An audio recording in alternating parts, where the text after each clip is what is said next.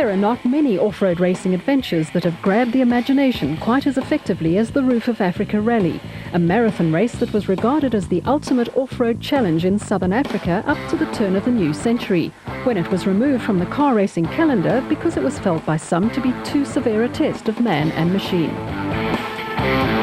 Last year, with the backing of the Lesotho Sun Hotel and Casino in the capital city of Maseru, off-road car racing returned to the Mountain Kingdom with the inaugural Lesotho Sun 400. It proved to be a very popular event with both the people of Lesotho as well as the regular competitors in the ABSA Off-Road Championship. This year, the organisers, the Lesotho Off-Road Association, promised a fair contest between competitors and the harsh Lesotho landscape, and there was a heightened degree of expectation among the 46 production and special vehicles that gathered to meet the challenge. Yeah, I grew up watching the Lesotho Sun, or as it was in the past days, the Roof of Africa Rally, way back from the early 70s, and it's been a passion, and I think it's something that's very positive for Lesotho. It brings a lot of revenue to Lesotho, and it actually brings South Africans and international people to see this beautiful country, and I think it's something that's good also for building ties between Lesotho and South Africa. Nissan Motorsport's reigning champion Hannes Krobler and co-driver Francois Jordan held a useful 16-point advantage over teammates Alfie Cox and Ralph Pitchford in the production vehicle point standings before the Lesotho event. Yeah, we're definitely going to go full out and try and win this, you know, and we've lost quite a lot of points in the last two races that we had problems, and we didn't finish as well as what we wanted to do. Yeah, this race is always tough. It's a hard race. It's in Lesotho in the mountains, very rocky. I believe it's not as rough as last year, and I'm looking forward to it. I like faster races, but I must say with the vehicle that we're driving, you know, I don't mind, you know, if it's rough or not rough, you know, and the Nissan is always good in Lesotho, you know, and I'm looking forward to try and win it. We asked Gavin Cronje, currently second in Class D in the Castrol Toyota Hilux 2.7i, what it's like competing against his brother Mark in the same team. Well, I think from our point of view, we communicate well and we work well together. Being in the same manufacturer at the moment, in the Castrol Toyota team, we can share information and work together to improve the vehicle, and I think we have done that. To see where we're lying in the championship right now, to see the progress we've made on the vehicle this year, I think we've gone leaps and bounds forward. Competing against each other, when you're out there, may the best man win, and that's the attitude that I have. It's not always nice being beaten by your brother, but it's racing, and he's a competitor out there.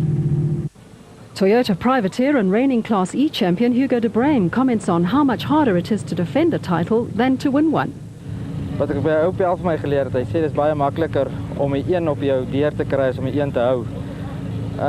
Ons het hierdie jaar baie teleurstellende seisoen. Ons het goed begin en die laaste twee kon ons ongelukkig nie klaarmaak as gevolg van tegniese probleme.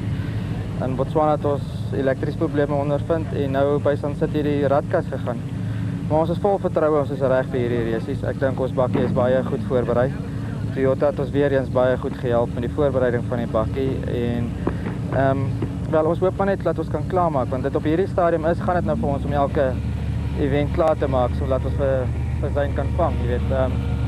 Daar's 10 punte tussen ons, so ons is daar, ons gaan hom roer.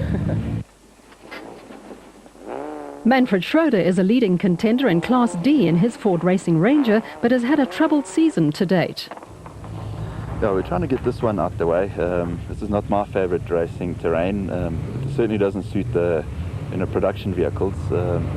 They say they changed the route a bit, but I still reckon it's going to be very rough. You know, the roof is always a roof, and yeah, they can take a couple of hills out, but it's still going to be very rough for our vehicles. Yeah, but we're going to try and finish it, and then I reckon if you finish it, you're going to end up doing well. Teammate Pupumzi Rubeluza has also been struggling in his Class E Ford Ranger. The first thing to end that tough season is to try and finish, first of all. And once we start finishing, then I'll know we've turned the corner, and then we can have a step at going for the higher points, maybe even trying to retain our title or improve on our last season's performance. BB Auto is a leading Nissan privateer team with 2 hard-body pickups backed by Coca-Cola. Well, on this stage it's fairly difficult to compete with the manufacturers to start on that side.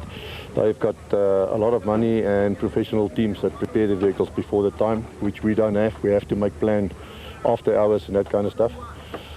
On top of it, my podium in Sun City, I'm a very bad loser, so I would like to be number 1. Obviously with the vehicles that we compete against, it's not necessarily feasible. It'll be nice when they start their D+, and I think when us in the D class will be able to compete against the other privateers.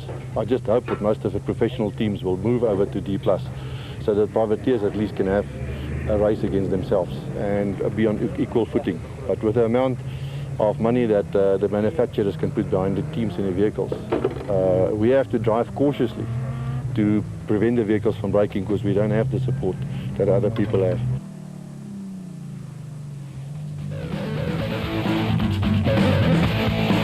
Leading the special vehicle category after the first 4 events were Terence Marsh and Michael Whitehouse in their Nashua Mobile Bat.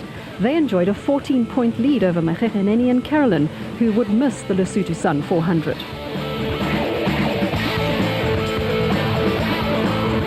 Three good finishes in the first half of the season for Marsh and Whitehouse included a first championship win in round 2 of the ABSA Off-Road Championship, the Nissan Dealer 400 in the Western Cape.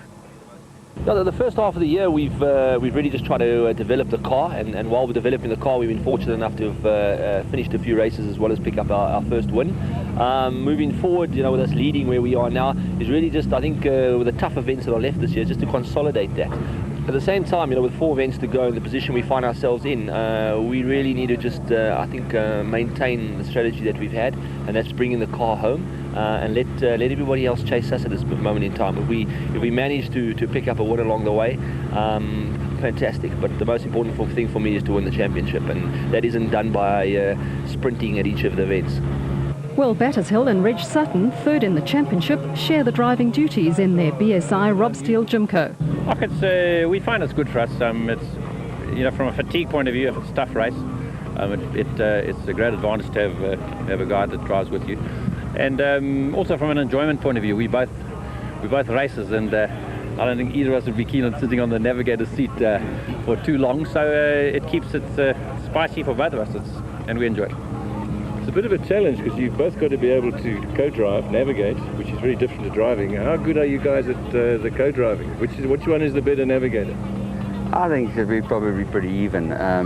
What we normally do is whoever does the prologue normally starts the race, because obviously you've given you a pretty good gauge as to where you are in the field, and then the next driver takes over. But in terms of, I think the driving abilities and navigating abilities are pretty similar. Class B of the Special Vehicle Championship has seen close competition and 3 different winners in the first 4 events. Bergville potato farmer and reigning champion Marcus Taylor and co-driver Mark de Chalane have a 1-point lead in their JRE over Evan Hutchison and Trevor Ormerod in the Motorite Racing Bat Nissan halfway through the season. We're very confident. You know, with the support that we have from Motorite, we have a very good chance of winning this year. Now, I don't think we'll have a major problem doing it. However, with off-road racing, it's you can never really tell, and we just have to keep our head and keep our focus, and we'll only really know at the end of the year. But we are quietly confident, and we need to just carry on keeping our head strong and keeping everything in order. And I think we can take it, but like I say, we wait till the end of the year before we start rejoicing at anything like that. Yeah. Gary Berthold and Siegfried Rousseau in the Advansoft iBurst Bat Nissan were the winners in the opening event of the season in the special vehicle category, but had not finished an event since. Unfortunately, we've had a rough season. We had a great start to the season with Sugar Belt being an overall win. It's been rough since then. We have been leading every event up to that and have had a few technical failures. We've made major changes to the gearbox, which has helped us tremendously with the car, and we feel confident that this one we should be able to hold it together. So what's it like competing against your brother Bevan? There is tremendous competition. We share a workshop. We're both sponsored by iBurst, who've really looked after us well, and there's a lot of rivalry. We're out there, we're racing each other all the time. It's neck and neck, close racing, and we have great sportsmanship against each other. The Pope's podium in